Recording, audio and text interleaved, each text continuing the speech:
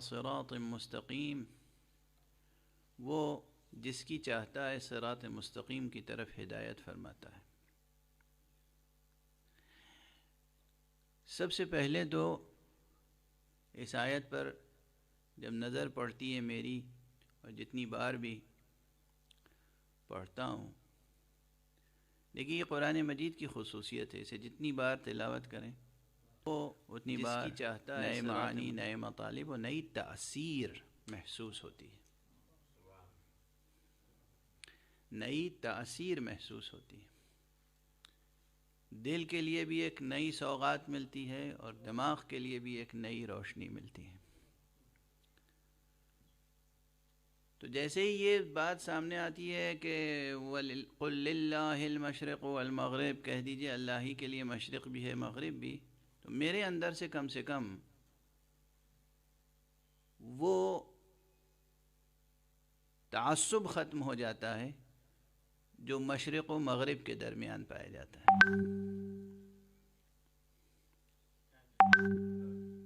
ہے نا۔ ایک عرصے سے ہر چیز میں ایک تعصب ہے، یعنی فلسفی سے لے کر، تھیوریٹیکل سائنسز سے لے کر، اور زندگی کے چھوٹے چھوٹے مسائل، پالیٹکس اور اکنامکس میں تو پھر قیامت ہی ہے۔ Eastern block, western bloc. اب اس وقت بار بار جو میں کہتا ہوں کہ دنیا کے لیے اور انسانیت کے لیے سب سے بڑا خطرہ جو ہے ویسٹرن کیپٹلزم ہے، یہ کسی تعصب کی بنا پہ نہیں کہتا ہوں، یہ تو حقیقت ہے، اس لیے کہتا ہوں، یہ تعصب نہیں ہے، لیکن حقیقتاً میرے اندر ایسٹ اور ویسٹ کا کوئی تعصب نہیں ہے، ہونا بھی نہیں چاہیے کسی انسان کے اندر، نہ رنگ کا، نہ نسل کا، نہ علاقے کا، نہ زمین کا، نہ زمان کا، نہ زبان کا، کوئی تعصب نہیں ہونا چاہیے۔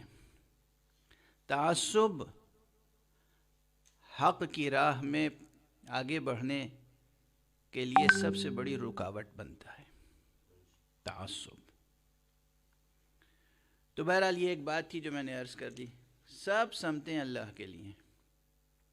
اب دیکھیے کہنے کا انداز ہوتا ہے، شریعت کی اپنی زبان ہوتی ہے، طریقت کی اپنی زبان ہوتی ہے، شاعری کی اپنی زبان ہوتی ہے۔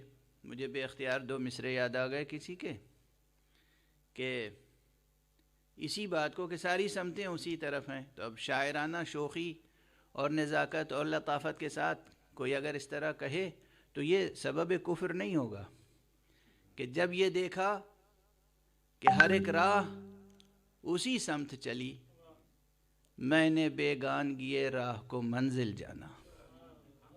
یہ ایک شاعرانہ اظہار ہے، یہ ایک شاعرانہ اظہار ہے، لیکن حقیقت یہ کہ ساری سمتیں اسی کی ہیں، مشرق بھی اس کا ہے، مغرب بھی اس کا ہے، وہ جس کے لیے جس کو چاہتا ہے صراط مستقیم کی ہدایت فرماتا ہے۔ اس آیت کے ضمن میں یہاں پر یہ گفتگو کا سلسلہ جو ہے وہ مشیت اور حسین کے عنوان سے آگے بڑھ رہا ہے۔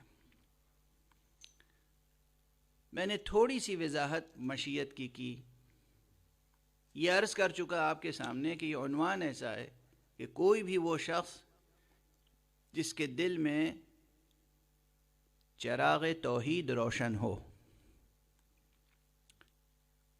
اس کے لیے یہ عنوان ہرگز حیرت انگیز اور تعجب خیز اور کوئی اجنبی عنوان نہیں ہے۔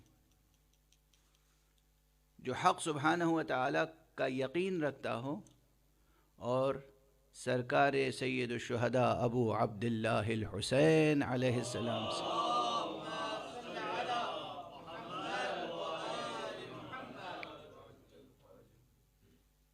واقف ہو، تھوڑی بہت بھی واقفیت اگر ہے اس کی حسین سے،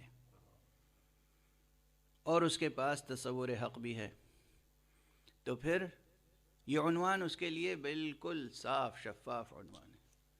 البتہ اس کی تہداری، اس کے ابعاد اتنے ہیں، اس کے جہاد و جوانب اتنے ہیں، اس موضوع کے ڈائمنشنز اتنے ہیں کہ اس کا احاطہ کوئی نہیں کر سکتا، 10 دن کی تقریروں میں نہیں۔ یہ تو روایات میں موجود ہے کہ مشیت اور قضاء اور قدر کا موضوع وہ ہے کہ جس کے اوپر غور نہ کرو۔ اب آپ کہیں گے کہ جب روایت میں ہے کہ غور نہ کرو تو پھر آپ غور کرنے پہ مجبور کیوں کر رہے ہیں؟ شاید یہ بھی مشیت کا تقاضا ہے۔ میں عرض کر چکا ہوں نا، کبھی کبھی کسی کی چیز کے لیے کہا جاتا ہے نہ کرو، مگر مرضی ہوتی ہے کہ کرو۔ حضرت آدم سے کہا تھا کہ دیکھو اس درخت کا پھل نہ کھانا، مشیت میں تھا کہ کھاؤ اور جاؤ، آگے بڑھو، جرأت دکھاؤ، ہمت دکھاؤ، اس دنیا کو آباد کرو۔ یا جناب ابراہیم سے کہا گیا تھا کہ آپ ذبح کریں، مشیت میں تھا کہ ذبح نہ ہو۔ تو یہ مشیت کا موضوع ہے پیچیدہ اور تہدار۔ ہاں، اتنا نہ ڈوبیں اس موضوع میں کہ اس طرح الجھ جائیں کہ نعوذ باللہ کفر تک پہنچ جائیں۔ بس وہاں تک آگے بڑھتے رہیں جہاں تک سرمایہ یقین محفوظ رہے۔ ایک صلوات پڑھ دیجئے محمد والے۔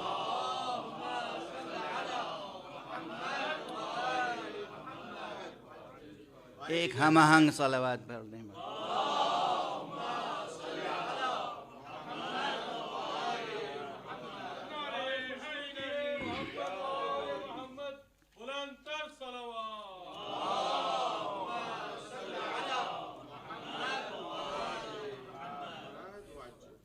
تو یہ ہے موضوع اہم، ضروری، مشکل، پیچیدہ۔ یہ موضوع کبھی حل نہیں ہو سکتا، مگر اس موضوع سے دستبردار بھی نہیں ہو سکتے، کیونکہ قرآن مجید میں بار بار یہ لفظ آئے ہیں، آیتیں آئی ہیں، تو ان آیتوں کا ترجمہ کیا جائے یا نہ کیا جائے، اس مضمون پہ کچھ غور کیا جائے یا نہ کیا جائے۔ تو یہی ہے کہ حد وسط، وہاں تک غور کیجئے جہاں تک سرمایہ یقین محفوظ رہے۔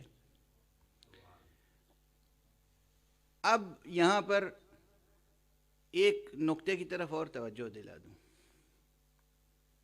اور اسے مکرر عرض کروں گا، دوبارہ بھی عرض کروں گا ذرا تفصیل سے۔ یہ یاد رکھیے، قرآن مجید تلاوت کیجئے بسم اللہ سے والناس تک، قرأت کیجئے، تلاوت کیجئے، حفظ کیجئے، تجوید کیجئے، مگر یہ سمجھ کے نہ پڑھیے کہ بسم اللہ سے والناس تک اس کی ایک ایک آیت اور ایک ایک حرف آپ کی سمجھ میں آ جائے گا۔ جتنا سمجھ میں آ جائے اس پہ عمل کیجئے، جتنا سمجھ میں نہ آئے اس پر یقین کیجئے۔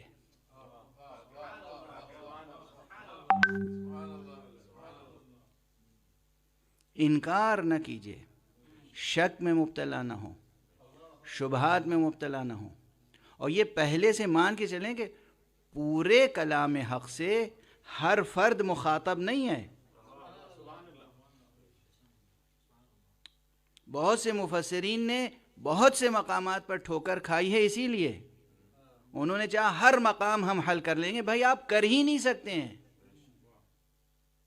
قسم کھا کے کہا جا سکتا ہے، یہ امر بیان کیا جا سکتا ہے کہ ہرگز نہیں، پورا قرآن ہر فرد بشر کے لیے نہیں ہے۔ جس کے لیے جتنا ہے اسے اتنا اختیار کرنے کی پوری کوشش کرنی چاہیے۔ اور غالباً ایک واضح سبب یہ بھی ہے حروف مقطعات کا، کہ کوئی مفسر اگر دعویٰ کرے میں پورا قرآن سمجھ سکتا ہوں، بھائی الف لام بھی تو اسی میں ہے، الف لام میم بھی تو اسی میں ہے، الف لام را بھی تو اسی میں ہے، طٰہٰ بھی تو اسی میں ہے، یاسین بھی تو اسی میں ہے۔ آپ سمجھ گئے ان حروف کے معانی؟ نہیں سمجھے؟ صحیح سمجھ سکتے؟ کوئی ہے سمجھنے والا یا نہیں؟ اس کا بھی انکار نہیں کر سکتے۔